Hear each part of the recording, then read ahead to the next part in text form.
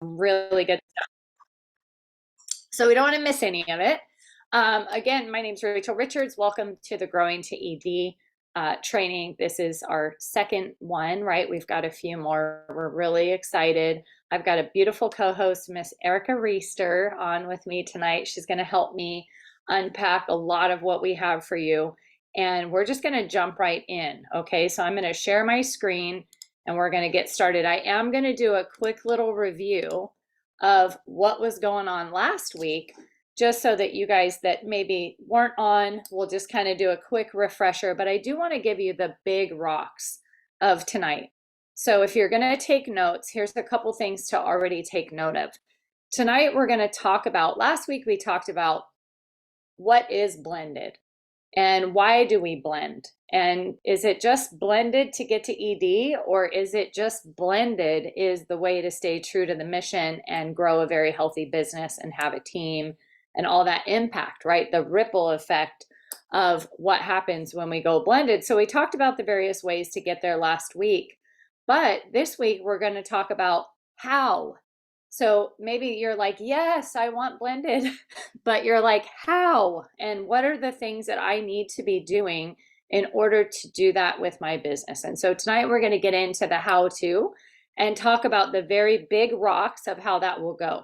The first thing is we're going to talk about your posture and your current understanding of sponsoring. We have to start somewhere, right? That's our starting point, is your posture and your current understanding at a heart level, because if it doesn't happen in our heart, it never makes it to our head. And that's something that I've seen. If it's not in your heart, it'll rarely make it to your head. So we want to look at your coaching story versus your client story. We're going to talk a little bit about that tonight. We're going to talk about team coaching is heavy. If you want a blended organization, it's heavy. It's supposed to be heavy. It's supposed to be a period of time where you really lean in to your mentorship and you do not for 1 minute think that you have to have all the skills or all the posture or all the things, because that's just not realistic. And we knew that, and that's why we designed team coaching with layers of mentorship, so that you could say, I want blended, but I don't know how, but I'm willing to lean in. And that's really important. The other thing is that we want to talk about team building is the truest and most rewarding side of our business, right? So I want you to kind of think about those of you that went to convention. Maybe you thought, wow, you looked down the row and you thought, next year I want to have a team sitting here with me. I know I did. My very first convention, I went all by myself. And then the next year I was ecstatic to have 4 people with me. And I mean ecstatic. I was like, this is great. We have a little baby row right here. And then I just kept dreaming and wanting more impact.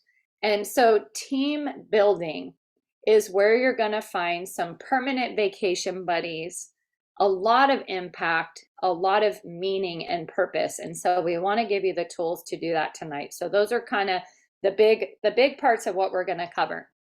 Let's talk a little bit about what we covered last week, right? So you know that we work off of a point system. That's how our compensation plan is put together. But that's also the evidence of the impact.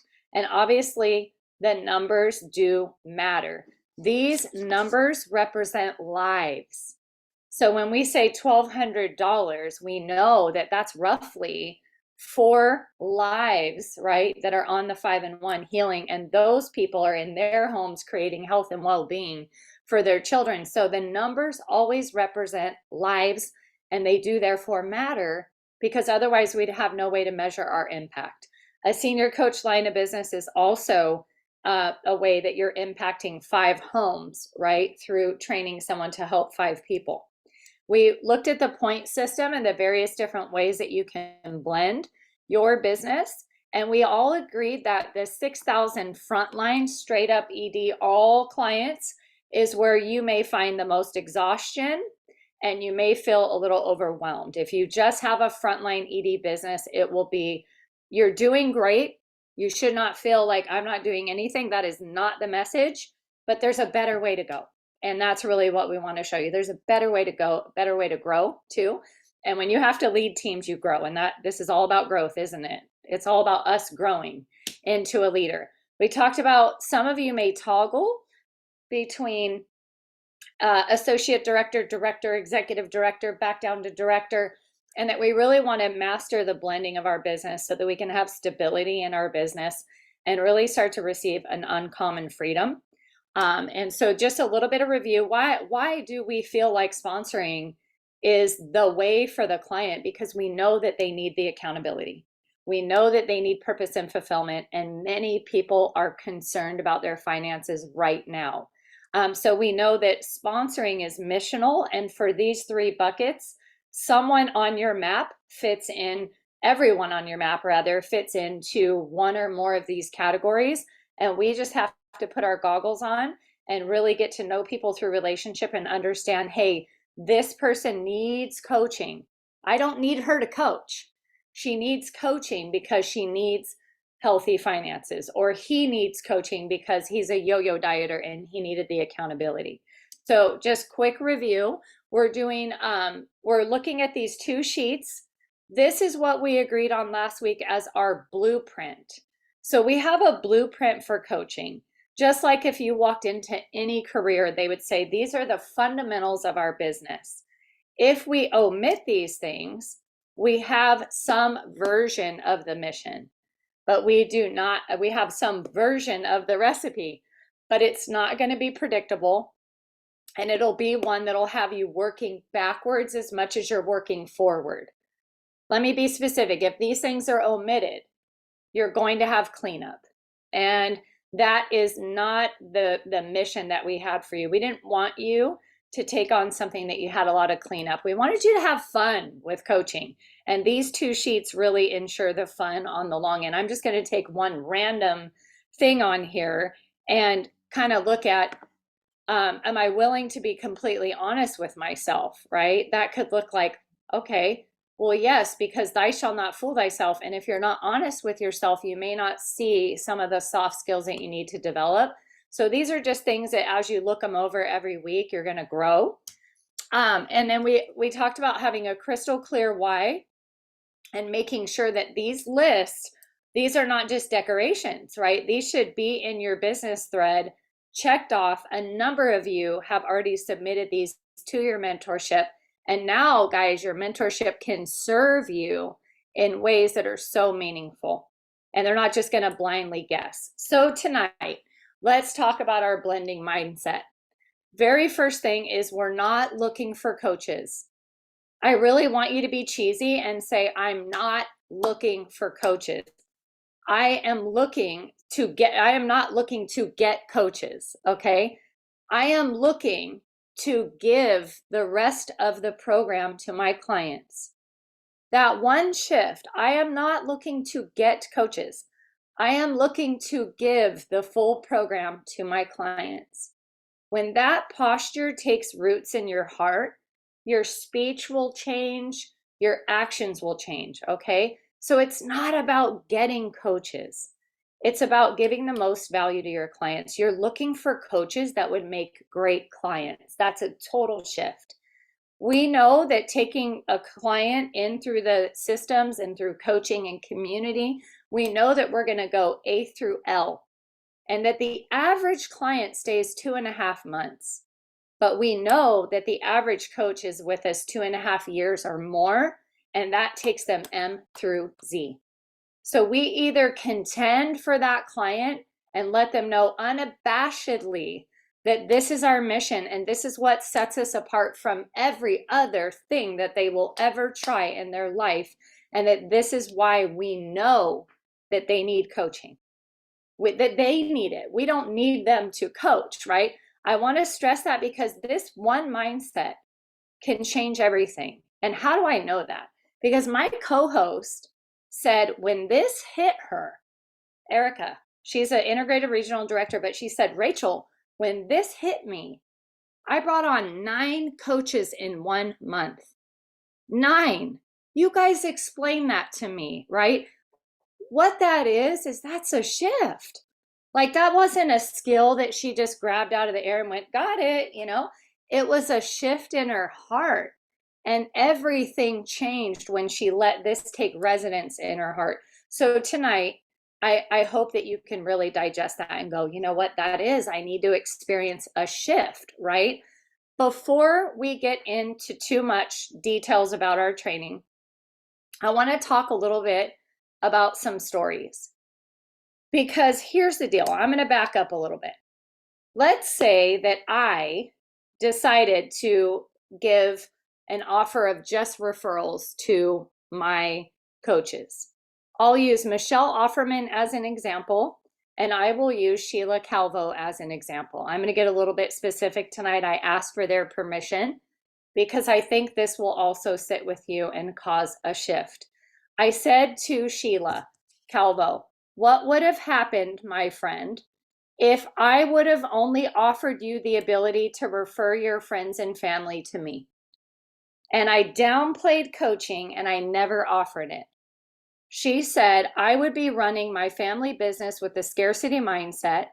I'd be overweight and snarky. I'd be not happy eating like crud. I'd be screaming at my kids. I look back now and I think, wow, how embarrassing. I literally don't scream at my kids anymore. I'd be the busiest mom on earth with her hair on fire, running to the gym to outrun her fork. The 15 books that I've read over the last 10 months wouldn't have happened. And I wouldn't be surrounding myself with people that have helped me become the highest version of myself. I'm just getting started. I've learned to make friends. I've learned not to be afraid of anything or what anyone thinks, and I am learning to be bold. But what if I just said referrals? Because she was a referral of a referral and I didn't even know her. I can't do that to anybody. And I don't want you to do that to anybody tonight. And I think that that is really what we're talking about here, is a big shift in our heart, in our posture, and in our mind, so that these skills that we give you will actually make sense. Because they don't make sense if this doesn't take residence. The other one was Michelle Offerman, retiring 2 years early as a teacher, 24 months of early retirement, being able to care for her parents. And she said, what would have happened? I wouldn't be living my best life if you hadn't extended coaching to me. And I'll tell you what I would be doing. I would be sitting here lonely as heck because my husband would be working a ton of overtime. I would have battled COVID as basically a single mom with a teenage son home, battling what it meant to lose all of his friendships and all of the things. And I wouldn't be here to help him. And I wouldn't have the finances for the counselors or the Sylvan Learning Center or all the things I had to grab and not worry about money. So when you say presidential director, what it is for me is it's freedom. And I have a freedom to not check price tags when it comes to the benefits of my children. It's a done deal. I don't have to worry about it. The pay is such a blessing. And I better put the disclaimer in here. I'm about to get in trouble. There we go. The pay is such a blessing that I can invest in other things, and start things and other endeavors. And my husband's going to retire from the fire service almost 15 years early. This is what happens when we get bold. So tonight, I just want to let that sit with you before we go too far into the skills and really talk about how it can benefit you. I do want to talk about the importance of team coaching while you're sponsoring. Put a 1 in the chat if you feel like I'm a little overwhelmed when it comes to all the soft skills that it takes to have a sponsoring organization and a mindset and a culture of sponsoring. So this is where you get to say, oh, thank God. Everyone else feels the same way. It seems a little bit daunting. I'm bought in at a heart level, but I need the know-how. So I'm actually going to move out of the way. I want to talk a little bit about, I'm going to cover these things really quickly, and then I want to hear from my co-host because she's got some incredible things for you. The things that will kill sponsoring. There are killers, right? We'll call them dream killers. It should just say dream killers up there. Not using your team coaching, apologetic posture, a misunderstanding of the mission, thinking that you're out getting people to coach, right? And not giving people a whole new life, not sharing your full trilogy story. Many of you are so good at telling your client story, but your coach story is dying to come out. Even the simple fact that you went from paying for program to being paid to do program is worth shouting from the mountaintops. That's really cool.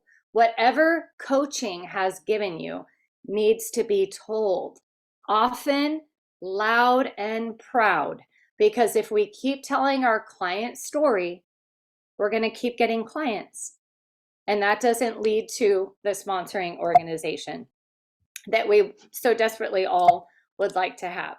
So I want to talk a little bit about when, what, why, how, right? And I'm going to turn it over to Erika and let her have a few moments of just unpacking this. Her and I have talked for 2 days about the importance of this, the heart behind it, and I just want to give her several minutes to unpack some of the things that she had on her heart. So Miss Erika, can you take it away for us for a bit? Yes. Hi, everybody.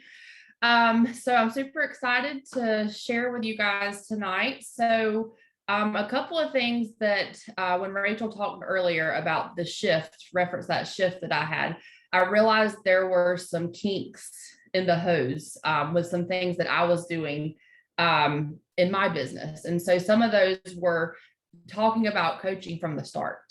And, we need to start talking about coaching on the health assessment. Like, what is one of the questions on that assessment? Who do you want to do this with? Who do you want to get healthy with? That gives you an insight to who is on their heart already. Even before they even give you their yes to the program, you already know who they want to partner with and journey with. I talk a lot with my clients on health assessments about building their healthy community. I plant that seed very early. I let them know that we are going to build their healthy community in whatever way that looks for them. And like Rachel said, we want to give them the rest of their program. And that comes with sponsoring. We're giving them that fifth component of the program so that they can be successful in their journey, not just in health, but finances and mindset and all the things that we know come with coaching. The journey kickoff call, you can reference it there. You can talk to them about how everyone's going to be noticing what it is that they're doing and the transformation they're experiencing, and just continue to plant that seed. You don't have to come on strong. You just continue to let them know what's happening and what's ahead. So they're not surprised along the way. And when I say that, I'm talking about that 1 or 2 week integration call that you do with your coach. If you don't do those, definitely make sure you do start doing those. But if you're on this call, I'm pretty sure that you're probably in that system and you're doing those 1 to 2 week integration calls. But on that call, your mentor is going to talk to them about building that healthy community. And, and coaching is part of that. And we don't want them to be, taken back from it and surprised. And that's what I realized. Sometimes I was kind of qualifying my clients. And sometimes I wasn't mentioning it and sharing my story. And so basically it was a disservice to them. And so that's kind of the ways that I kind of drip or, blend coaching in to the beginning of the journey. That day 1 through 4, we want to get them into that good fat burn. And then Rachel and I were talking earlier, add them to Chasing Better on that 4th day if they're rocking their program and doing good, so they can see what the 5th component of the program has done for all the people in Chasing Better. And if you don't have a story in Chasing Better, I want to encourage you to think about what you would share about your coaching journey, and maybe think about making a post in there. So when you do add your clients to Chasing Better, they can also see your story in there as well. And then I think, Rachel, you wanted to talk about some things on the integration call and then not making it weird.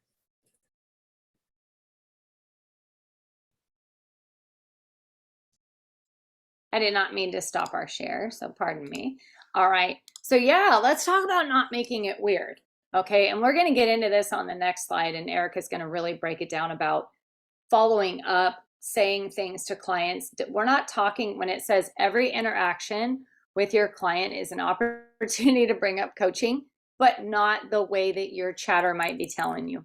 Okay. Are you ready to coach yet? Girl, you're going to make a great coach. All right, coach, like weird. Okay. We're not doing that. It's not relational enough. It's not specific enough. I want to give you 2 questions. I'll go through a couple of these to give you some words, because I know the words are so helpful, and I loved getting words from trainings to use. So when I got started, health assessment, great question to add to it. It's a great document as is, but I'm going to give you 2 questions that are going to open up those buckets real big.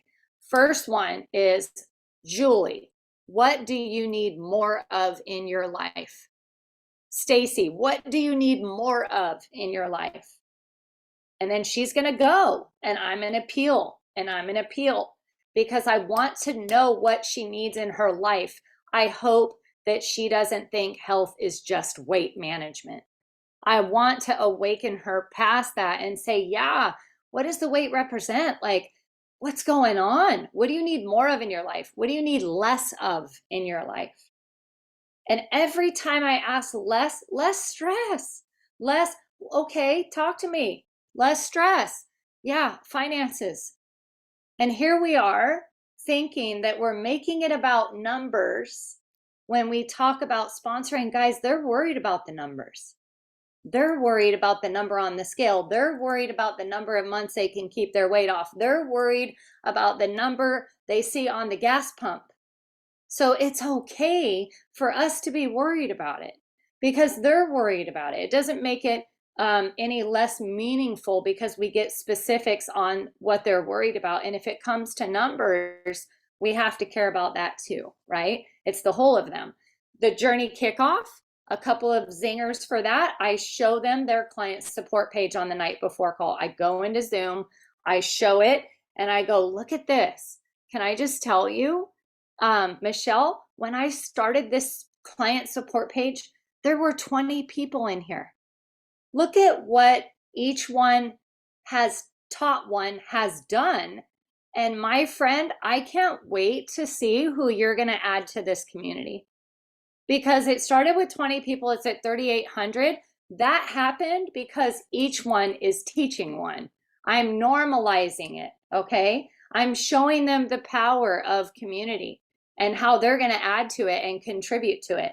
I also say, I know that you have gifts and talents that have been buried under this health struggle. I can't wait to see them used and nourished.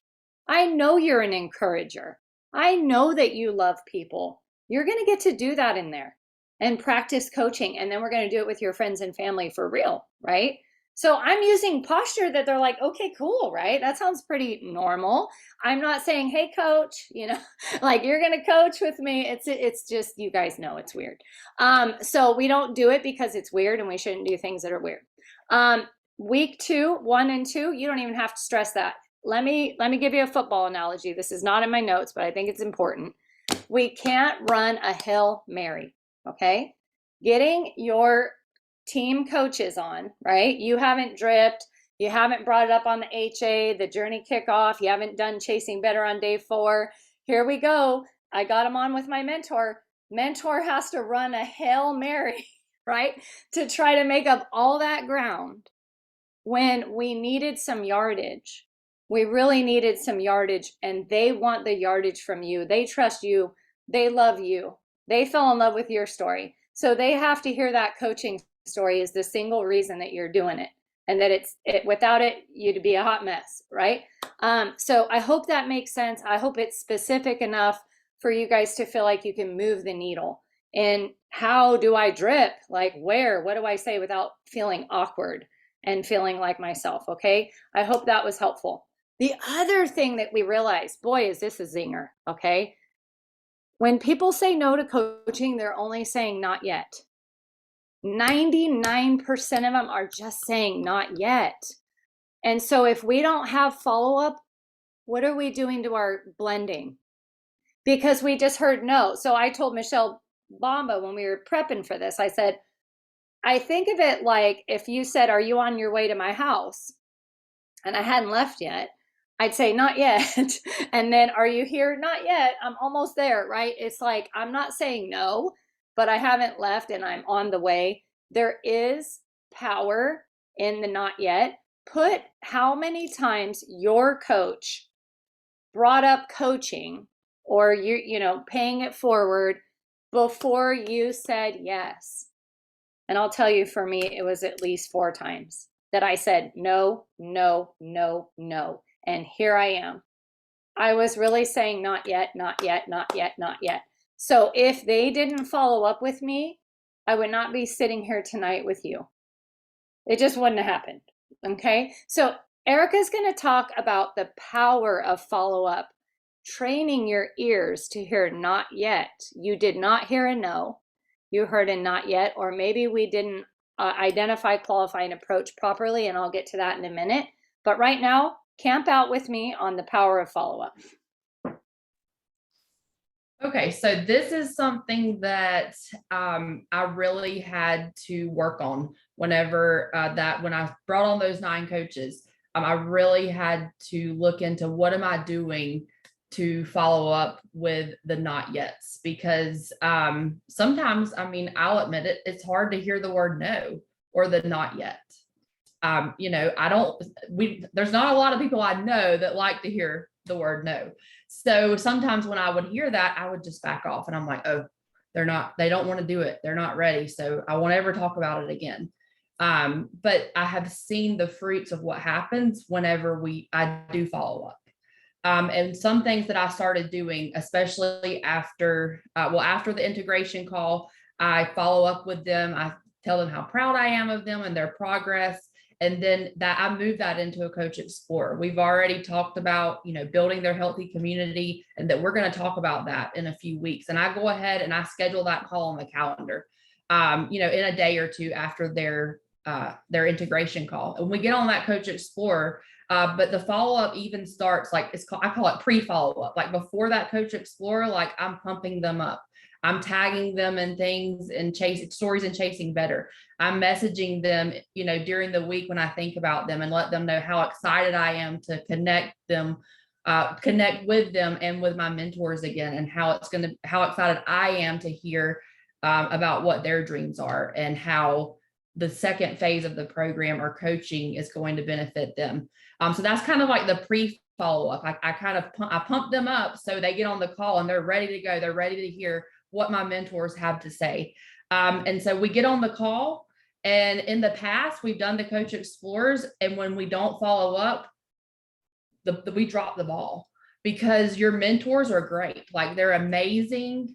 It's not that they're not good, but they don't have the relationship with your client that you have. So, when you talk about quote unquote, sealing the deal, like that's not their job. Like that's not their sole job. They're just here to, kind of lay the groundwork, but the follow-up is the secret sauce. So after the call, I follow up with them through a message or a phone call, and just, love on them. Sometimes they will unpack their chatter right then when I do call them. Some of them will, mention the call, and, I allow them to unpack all of that chatter, and we talk about it. And I ask them, what they'd say. I'm scared. I'm nervous. I'm like, okay, well, tell me why. And I just assure them, you're going to be great at this whenever you're ready. And I don't want you to get discouraged, because in the follow-up, you won't always get that yes right away. Some of them in the follow-up call, I've had them say, okay, I'm trusting you. I'm ready. I let them know, just trust me with this phase of your program when you're ready. And some of them, if the trust is high enough and they're ready, like you'll get that yes, and you'll see that.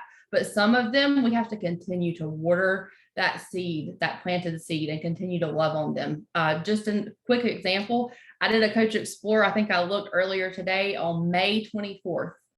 And that client was not yet. She wasn't ready right then, but I continue, of course, on her weekly check-ins, but then I continued loving on her and continued to bring it up when the door was open to talk about it. And I just got a random message just Tuesday, and she said, I went to my doctor's appointment. I got great news. She was waiting on some results. She was like, and I'm ready to coach. You've been talking to me about it, and I'm ready. And I was like, wow, she's ready. Let's go. So it's all about that follow-up and continuing to follow up, because sometimes in the follow-up, you won't get a yes right then, like I said. And earlier, Rachel and I were talking, and she said, strong interest requires strong follow-up. So don't just follow up one time. Continue to follow up with them. The 2-2-2 method, 2 days, 2 weeks, 2 months, like continue to do that and continue to love on them in between and continue to build the relationship, because the relationship is where the real growth will happen. And if you're able to, like, do in-person meetups, go to lunch, go to coffee. You don't have to bring up coaching at every meetup or every phone call. But if they see how much you care, everything else will fall into place. That's so good. So just to give us our football analogy continues. So let's have a pregame. Okay. So she's talking about a pregame, which is relationship. Your role is not to get them to coach. Okay. Let that go. Your role is to create an environment where you say, this call that's coming up is so for you. It is going to forward you. My mentor is going to help make these changes permanent. You're going to want a pen and paper. You're going to want to be where there's good Wi-Fi. Your role isn't to get them to coach. Our role is to simply get yardage to get them in a space where someone is on the phone. Like for me, guys, I'm too close to my friends sometimes. I have too much like friendship to be able to have those unbiased eyeballs that my mentors have, and they can contend for them really well. So there's a pregame, there's the skills, to win the game, right? That's your team coaching. They know how to really draw things out. And then there's the tailgate party that Erika's doing, where she's going back and saying, what exactly are you saying no to? You're safe with me. Do you trust me? Unpack it. What are you saying no to? I just don't think I have the time. I just don't think I have the skills. I'm not at my goal weight yet. You guys all know how to unpack those with your friend. You do. But if we can't get it out, right, then there's nothing to follow up on. So I feel like tonight, a couple of these things could cause a massive shift in your organization if you trust us and go, you know what? I'm going to do that. I'm taking that on. Okay. Let's not get away from our basics. If you guys are like, oh, shoot, I never filled these out last week. This is not homework.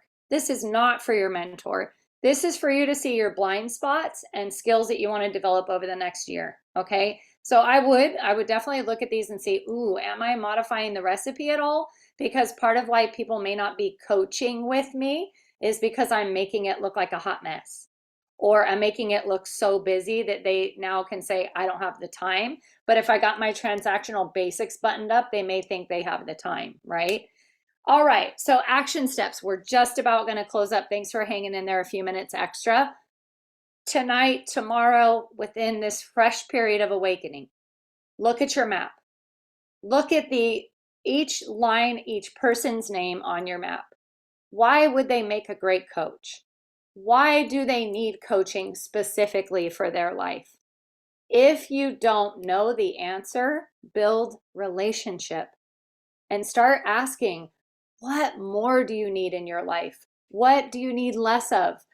Quality interactions, relational, physical meetups, like Erika said, build trust. Don't forget to say these powerful words. Yolanda, can you trust me with this? I need some trust. I wouldn't be suggesting this if it wasn't for you. I wouldn't be suggesting if I didn't see something in you that would be so powerful in this mission, right? You're so caring, you're so kind, you're so empathetic.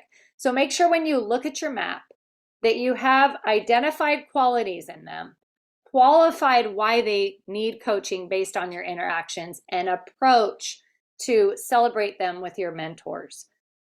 Here's a kiss of death. Okay. I need to get you on a call with my mentor in the next week because we need to talk about coaching. What does that even sound like to you guys? I need to get you on a call with my mentor. We've skipped your call with my mentor because we need to talk about coaching.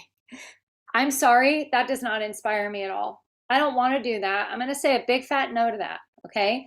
And so use more skills. And if you're like, oh, shoot, that's what I've been saying, go to your mentor and say, give me better words. Put in your business thread. I need better words to help bring them to a call where we can celebrate, edify, and strengthen their program, which includes the sharing component. Set up 2 Coach Explore calls this week with your mentor. Go back to that follow-up. Revisit every not yet that you got and say, can you trust me? We need to get on a call. You've been on program. My mentors are chomping at the bit to make sure that they support you well. I promised you team coaching. We have some very specific things we want to give you at 3 months into program, right? There's certain challenges that 3 months into program starts to bring. So use all that we gave you tonight. Go tell your coaching story, not just your client story, and really think in closing about this. What if your coach just taught you how to give them referrals? What would you be missing tonight? Be honest and let that drive you in a direction of leaning into your mentorship so that you don't feel like you're doing this alone. Okay. Thank you guys so much. Erika, thank you so much for the last couple days prepping for this and the chats and time away from your business, investing in all of us. And thank all of you for staying on a few minutes extra. Next week, we've got more how to so that you can go, yeah, blended, I get it, but keep the how to coming. Okay. Thank you guys and have a great night.